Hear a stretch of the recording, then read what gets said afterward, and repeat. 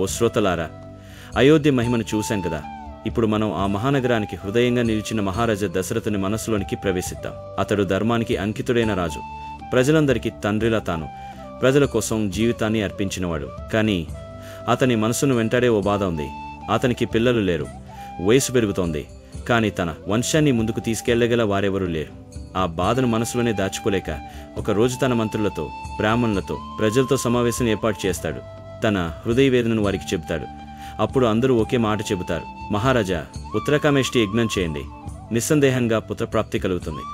ఆ మాటలు దశరథుని మనసులో ఓ దీపంలా వెలిగించాయి. ఆయన వెంటనే నిర్ణయం తీసుకుంటాడు.